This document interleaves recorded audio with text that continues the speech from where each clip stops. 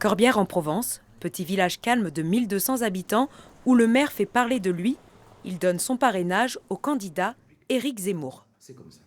Comment peut-on, quand on est démocrate au fond de soi, ne pas donner un coup de main à quelqu'un qui représente 10, 12, 14, 15, 17% des intentions de vote et qui ne pourrait pas se présenter à cette élection parce qu'il n'obtient pas ces signatures.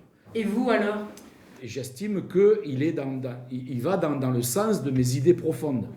Une position que l'élu assume auprès des habitants. Ici, lors de la dernière élection présidentielle, Marine Le Pen était arrivée en tête. La décision du maire n'étonne pas vraiment. Même si je n'approuve pas à 100% cette idée, mais ça ne me dérange absolument pas. Mais si monsieur le maire pense que ce sera la bonne personne et que j'ai confiance en lui, je pourrais le faire.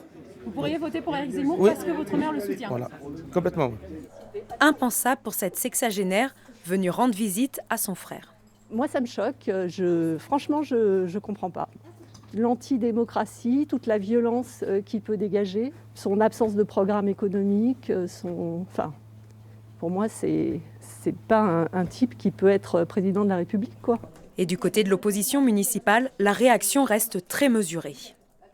Ce n'est pas évidemment le candidat que je défends, mais je respecte sa position, son courage, et je respecte encore une fois le choix de monsieur le maire, même si ce n'est pas le mien. Bien sûr, on va être stigmatisé, bien sûr qu'on va être pointé du doigt, mais c'est le jeu politique, c'est le risque, on verra bien ce que ça donnera.